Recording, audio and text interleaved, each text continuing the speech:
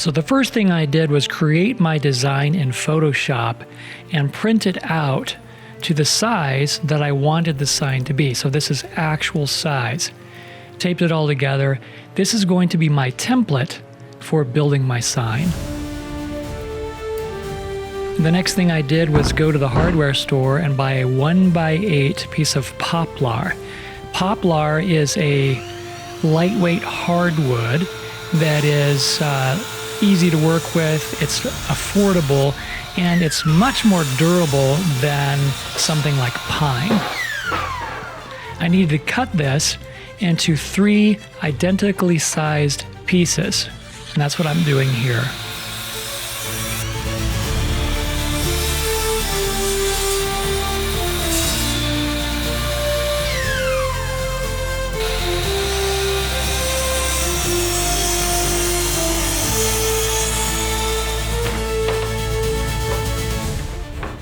Next, I took 2 of those pieces and glued them together.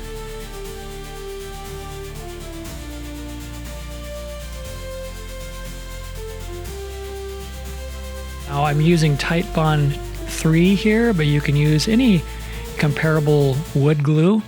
Once this is glued together, it'll be very, very strong. This is what you would do is if you were like building a table or something. Once I glue these together, it's like it's one solid piece of wood. Clamp them up and let them dry overnight.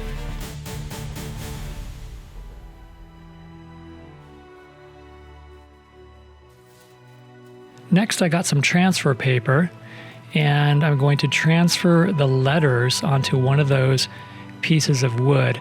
Transfer paper is one of the best investments I've made. It's unbelievable. I used to take a piece of graphite and scribble all over the back of my designs. It takes forever to do that. I wish I would have switched to transfer paper sooner, and you'll see why in just a minute. So I go over all of these letters with a pen and pull it away, and just like magic, there are my letters. So here are the 2 that I glued together, and I'm going to do the same thing with my main design. And this is going to serve as the main backdrop, or the main, I guess, base for the sign itself.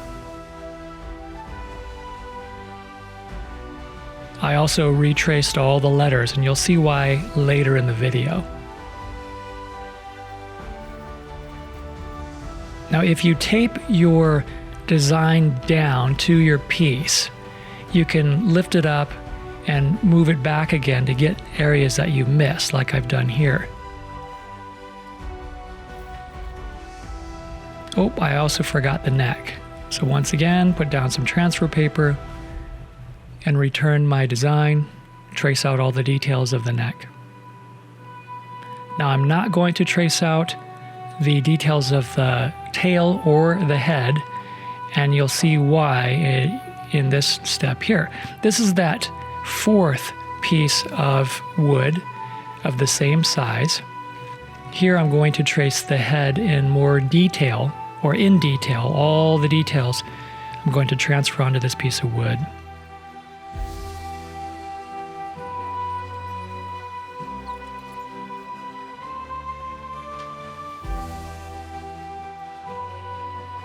I did the same thing on this piece of wood, did the same thing with the tail. Now I wanted this sign to have a 3D look. I wanted it to look as if maybe it could have been carved out of one piece of wood. And this is why I'm taking 2 of these, the letters. I'm also taking these, the head and the tail, and putting them on a separate piece of wood, and then cutting them out. And speaking of cutting out here, the next step was to cut out all the letters. And I needed to cut them out individually, so it did take quite a bit of time. I used the bandsaw to try to get off as much material as I could. Here I'm using a 1/2-inch blade, which it's not very, you can't really turn the corners very well, but I switched to a 1/4-inch blade, and that made it a little bit easier.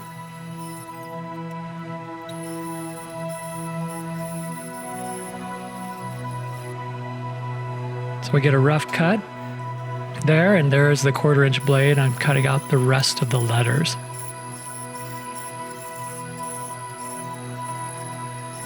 Try to remove as much material as I could using that blade.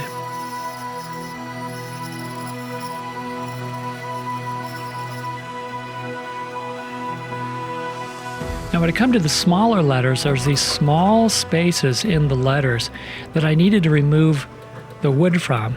So I took the drill press and drilled some holes into those spaces, and you'll see why in just a minute.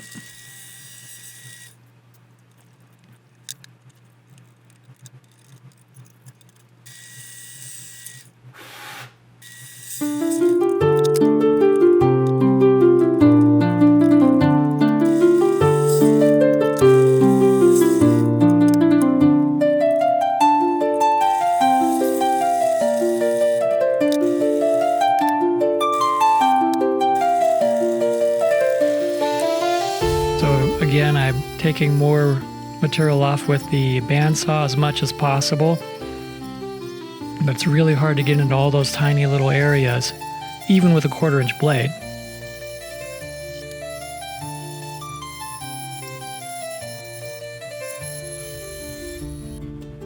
Next, I switch to the scroll saw. You thread the blade through the holes that I drilled, and then cut out those tiny little spaces in the rest of those letters.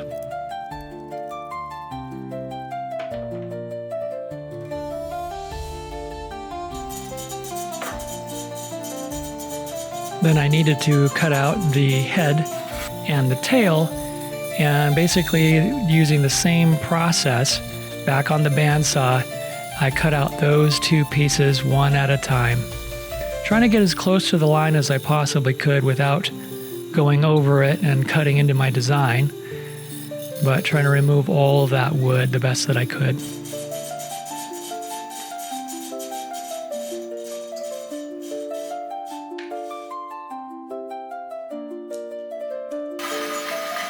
And then again with the tail, following the same process, just cutting it out using the bandsaw.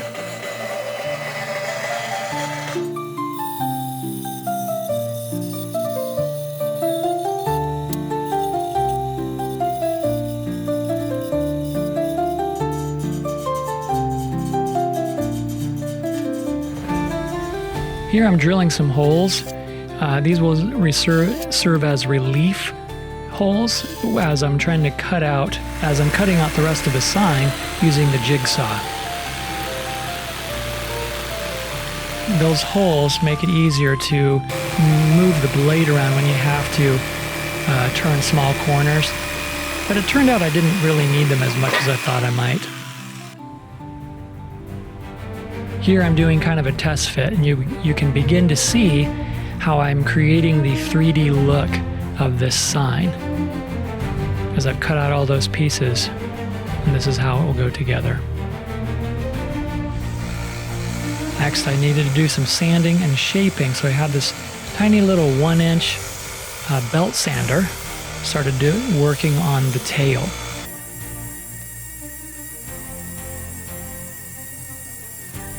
I wanted the tail to look like it was sort of starting from behind the sign and then wrapping around the front of it. And this is kind of what I did to try and achieve that. Next, I needed to sand the letters down one at a time. I wanted to put a little bit of a bevel on them, at least on the outside edge as much as possible. And that's what I'm doing here.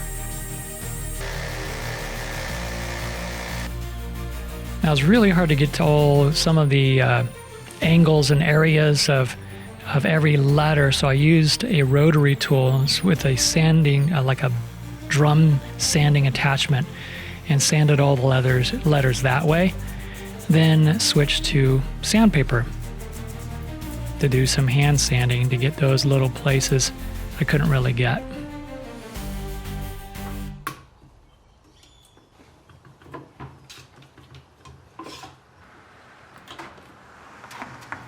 Now here I'm using the grinder with a sanding attachment to bevel the rest of the sign.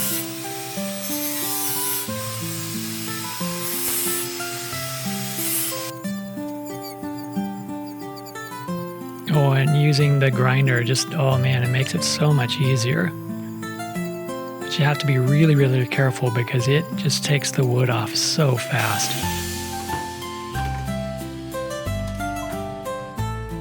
Turn the sign over and then repeat the process on this side.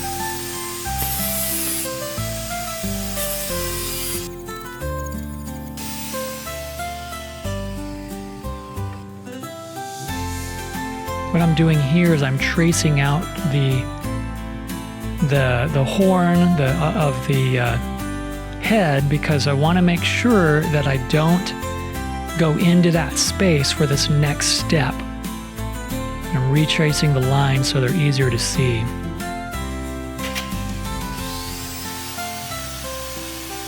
What I'm doing is I'm taking that grinder with that sanding attachment and I'm adding in some texture. I wanted the background to be more textured to help that design stand out and to kind of give it this rough-hewn, sort of weathered look. And this is how I went about doing that.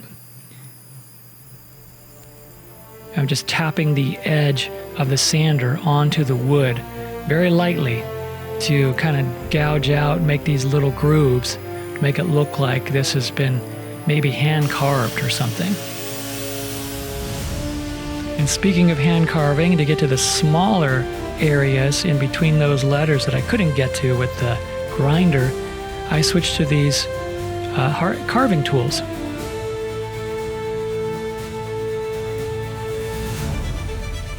And you can see this is a much slower process, and that tool probably needs to be a little bit sharpened.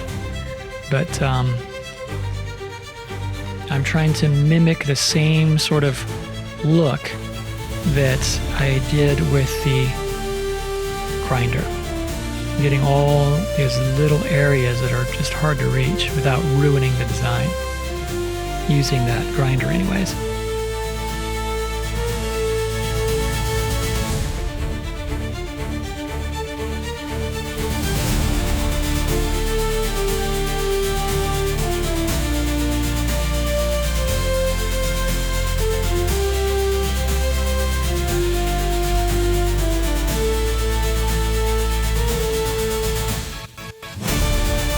Next, I switched to the hand sander and just kind of go over it and knock down all of the rough little edges and splinters and all of that to smooth it out a bit.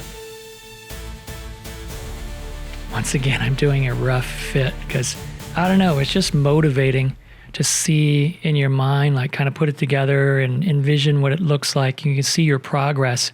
It kind of helps you keep moving forward because this actually making this sign was a lot more involved and took a lot longer than I thought it would. Here I'm taking a dark colored copper. This is a dark copper, and I'm going to put a dark layer of paint on these letters.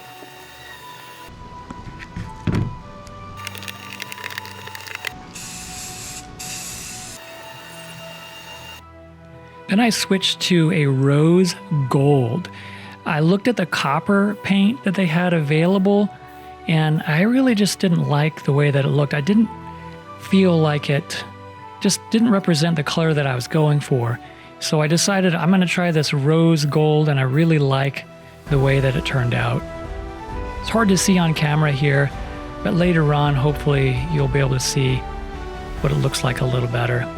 I also traced or painted all the letters in black, and you'll see why I did that a little bit later on. Now, my old rotary tool broke. I've had it for years. And so I was like, oh man, I need a rotary tool to do this next step. And I decided to break down and go ahead and get a Dremel. I've been kind of wanting one for a while, but I just felt they were just kind of too expensive. But this was an excuse to get one. I've been wanting to try power carving with a Dremel, and that was my plan for this sign. I've never done it before. So here I'm just kind of tracing out my lines with this tiny little attachment. It's really like pointer attachment. And as you can tell, I've never really done power carving, but as I've been kind of tentative, but I found that if I kind of get my lines in. At least that's what I decided to do, is just go through and get all of my lines in with this little small attachment. I kind of got used to the Dremel and how it felt, and helped me get a little more confidence with this tool. And I have to say, I'm really glad I bought that because it is awesome. Here now I switched to a much more aggressive attachment. This is a sanding drum, and now I'm making those lines quite a bit deeper. Once again, to make this sign stand out, give it that 3D look. And as I worked through this, I got a little more confident with the Dremel tool and was able to work a little bit faster. Just cleaning up my lines here again, going back to that more, I don't even know what to call it, finely pointed attachment bit, I guess. Yeah.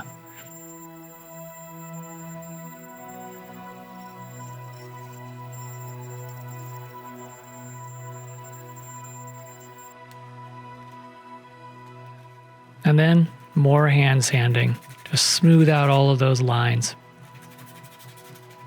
Try to take out as many of the tool marks as I can.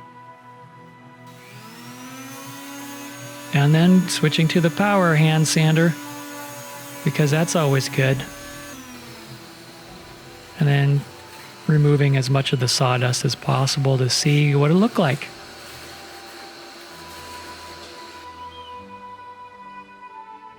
I'm really glad I started with the neck, and have to tell you, I was a little hesitant to start carving on that head because of all the detail, and I just really didn't want to ruin it.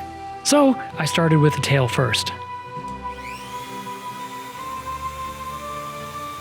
And after doing the neck, I was a lot more confident, so I just went straight with the barrel sanding bit and got to work.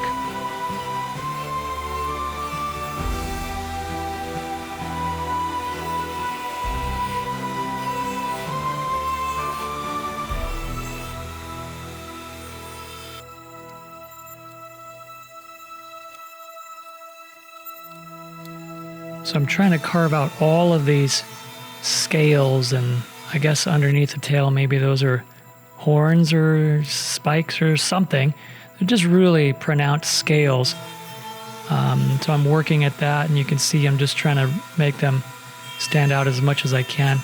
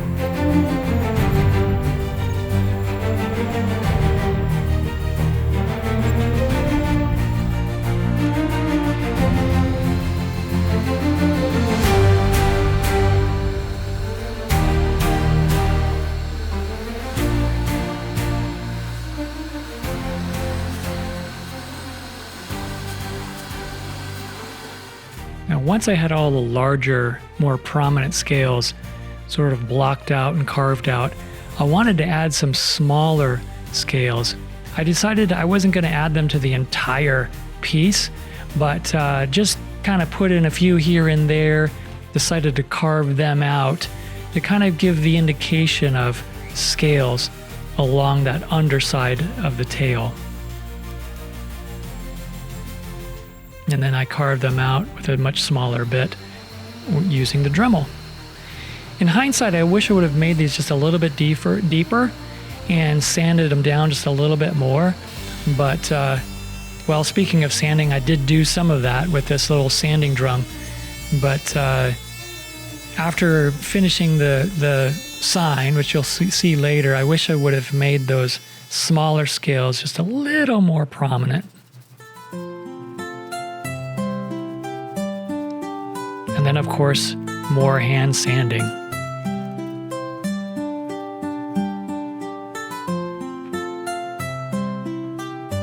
And one last check to see how that tail lines up.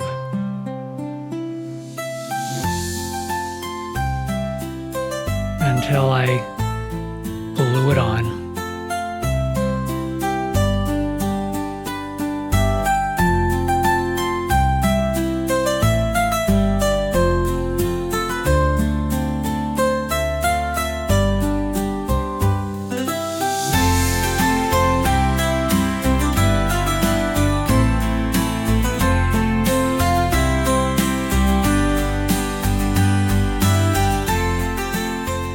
Next up, the main focal point, the head.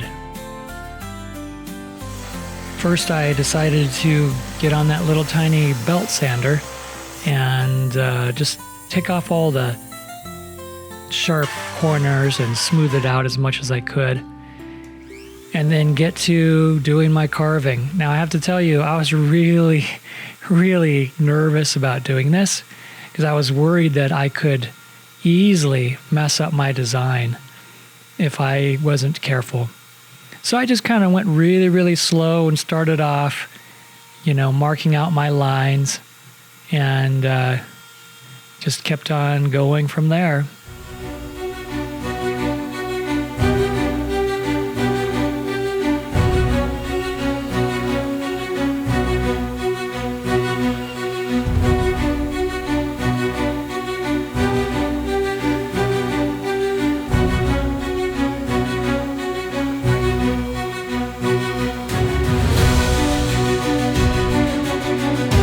Here I needed to do make those nostrils a little bit deeper, so the easiest way to do that was with a drill.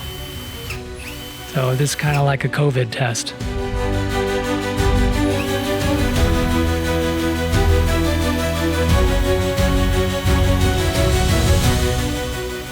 And if he had any, stray boogers up there, I was able to get them out. On to more carving. Trying to shape, this is what I guess a frill, that little fin type of structure that comes off their side of their face on a lot of dragons. So started working on that, and I felt more confident doing that part of it because I knew that if I messed up a little bit, it wouldn't be that bad. But I have to tell you, I had a lot of fun learning how to do this power carving using a Dremel. It was a little bit different and something I wanted to try for a while, but it's been very, very daunting. And, you need a lot of time to do it. But I'm glad I just dove into it and started working away. And you just got to be patient, do a little bit at a time, and keep working on it.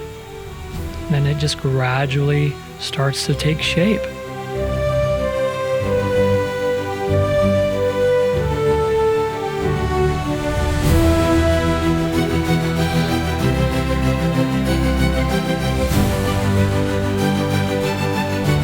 Now my carving skills are obviously at a beginner level, so I just did the best that I could. But in hindsight, after all was said and done, in some ways I wish I would have been a little more aggressive and made some of those cuts a little bit deeper, particularly in the eye. But again, I was, just worried about making sure that I didn't ruin my design. Here I've grabbed my hand carving tools because I wanted to smooth out these these lower regions on that frill.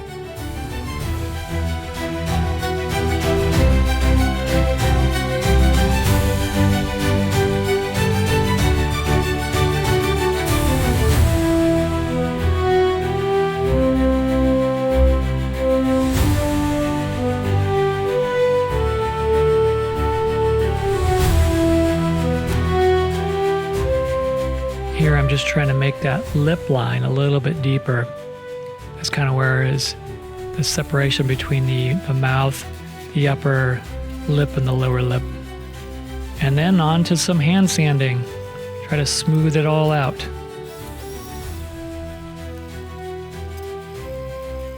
Try to remove all the tool marks.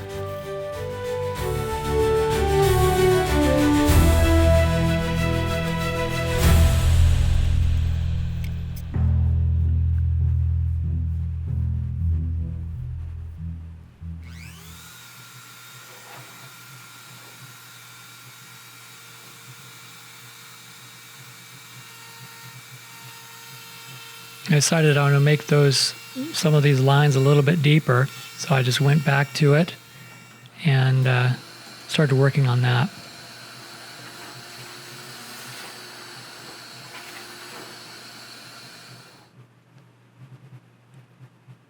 And then just like with the tail, I wanted to add in some smaller scales.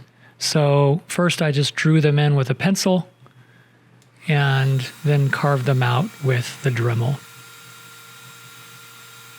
Kind of like a needle point type of bit there.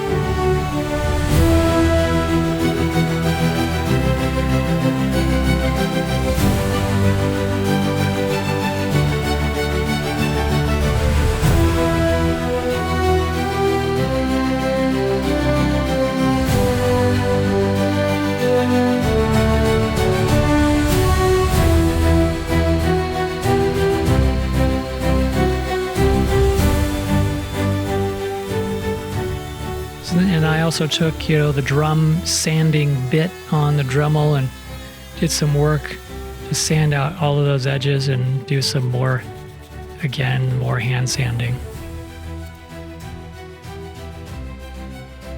Now the back of that frill, I wanted to make it look like it's, flaring out away from the neck and away from the head. And so I'm just sanding it thinner using the grinder and a sanding attachment to make it look like there's some separation again from the neck and from the head itself. And then more hand sanding.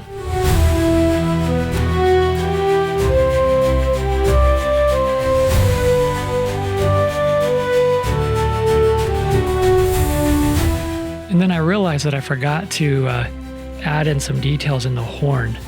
Much like the tail, I wanted to have it look more segmented, so I decided to cut in those lines. And at first I was like, oh no, I'm going to ruin it. But just kind of persevered and pressed forward and tried to work on what I saw in my mind. And it actually came out, and I like it a lot better. Let me know what you think.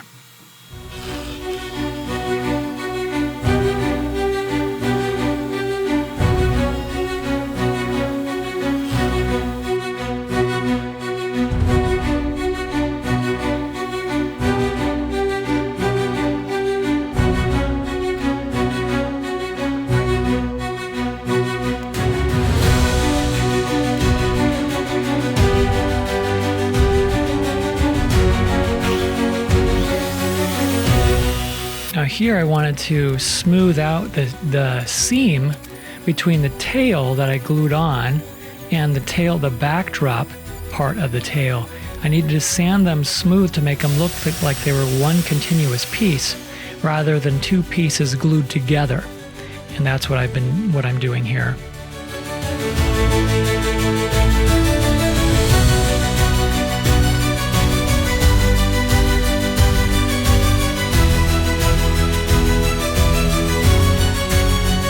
Next step was to glue the head onto the sign, as this is really starting to come together now. There's no going back after this.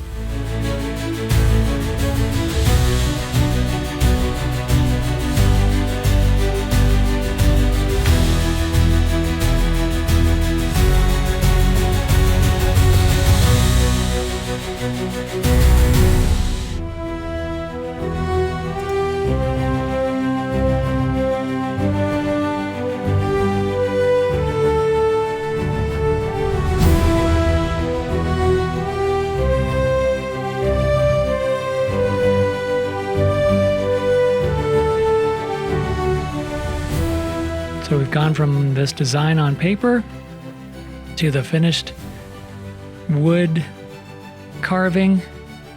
And here I am masking out the design, getting ready to do some painting. Just using painter's tape. And I added in some paper. This is just regular old newsprint type of paper. Now I'm wanting to do is cover up everything but the dragon. I'm starting off with that dark copper color again to give me my base coat.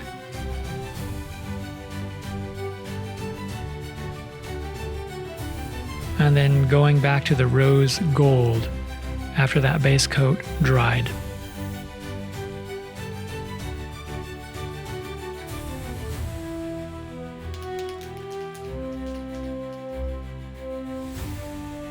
And this is what the base painting looked like of the dragon. Next, I switched to staining the sign, the rest of the sign. And here I'm using a dark walnut. I'm just spreading it all over. You wipe it on, wait a few minutes, and then you wipe it off. But I'm doing both sides, so. And this is why I painted in those letters in black.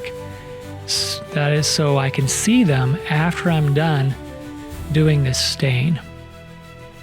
I really didn't want to get any of the stain on the dragon, so I'm using a paintbrush here to get in those really fine edges so I can avoid that in wiping it on in much larger portions with my larger like sponge brush.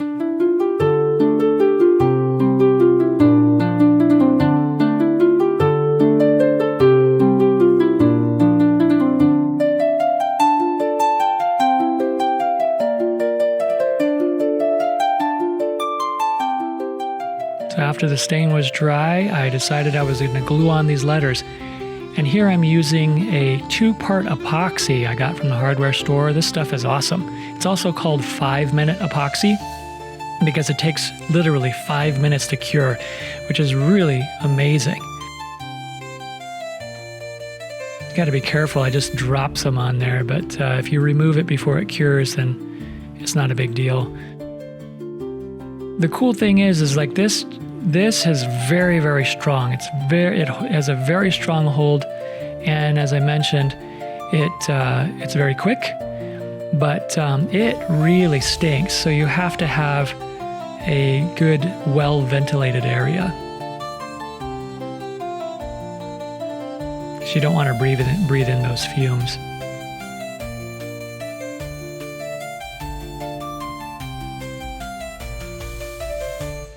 Once that was all set, did a little bit of light sanding in the eye as I'm getting ready to paint. And I'm just using like modeling paints for minis. And in the beginning, I thought I was going to add in a pupil in the eye. I was going to carve that in, but I chickened out. So then I decided I'll paint it in and just settle for that, and that's what I'm doing here.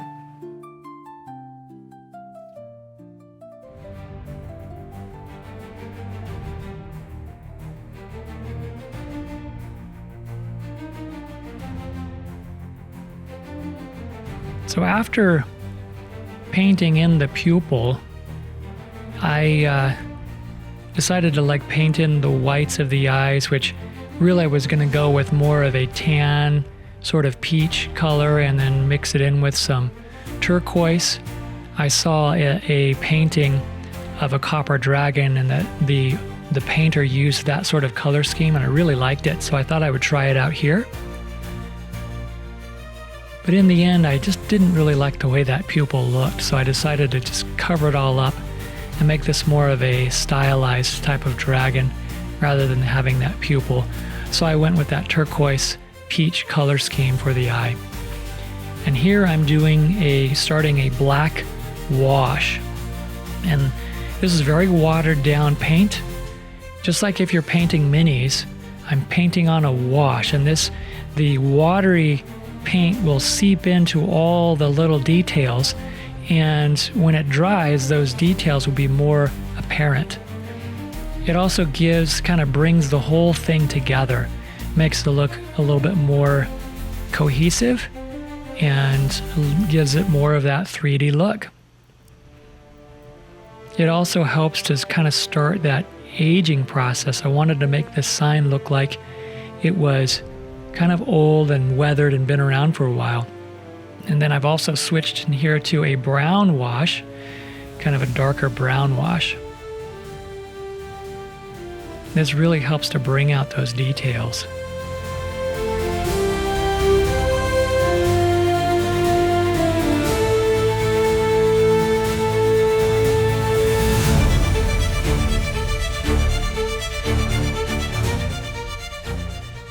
And as you can see, it really makes those little scales more visible. And once the wash dries out, it goes on very, very heavy and very, very dark. But once it dries out, it lightens up.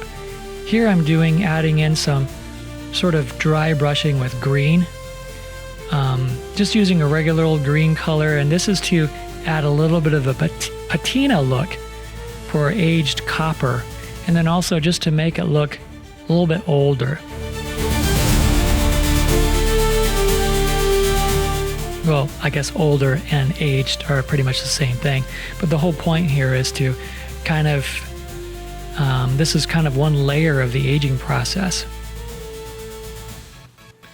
Once that was all done, I switched to a very, very shiny copper, just using a craft paint from, a hobby store, and doing some dry brushing to bring out some of those highlights and have just some tiny hints of shiny copper, kind of a shiny copper look. It's hard to see in the video here, but in person, it does make a lot of those details really pop.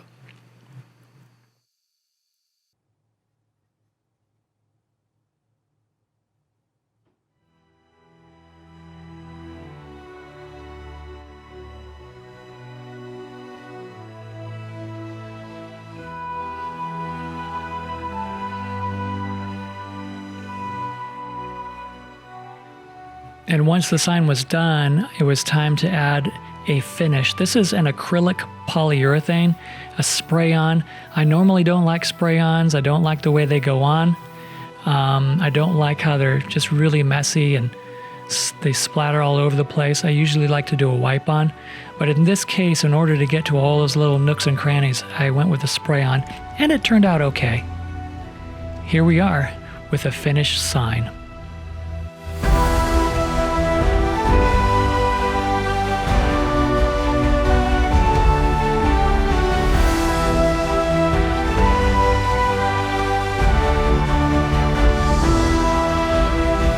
And what dragon sign making video would be complete without a real live, tortoise dragon eating his food?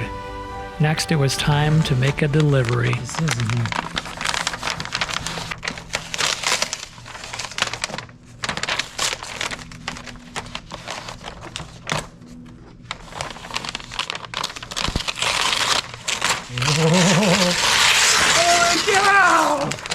Yeah!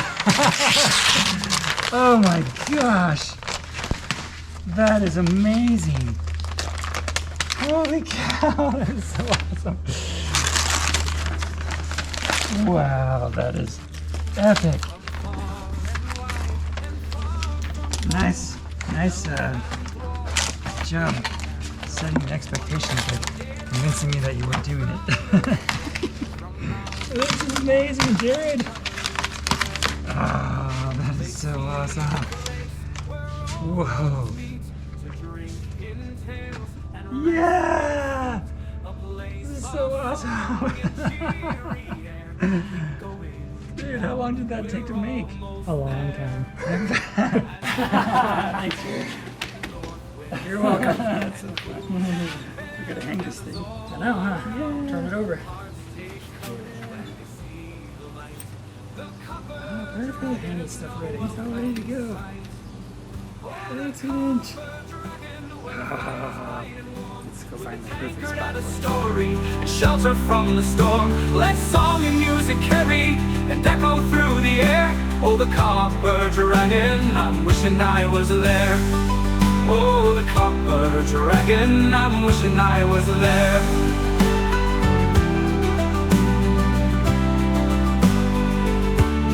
Warriors, bards, and wizards, all with tales to tell of adventure and great battles. Sit and listen for a spell within the tavern's glow. All troubles fade away, for the copper dragon's halls promise better days. When foes gather round the fire, hearts begin to mend. Enemies no longer beneath the tavern's bend. For in the copper dragon's light, disputes are left behind. In the warmth of shared stories, new fellowship you'll find. Oh, the copper dragon, where the fire's bright and warm, with a tankard and a story, and shelter from the storm. Let song and music carry and echo through the air. Oh, the copper dragon, I'm wishing I was there. Oh, the copper dragon, I'm wishing I was there.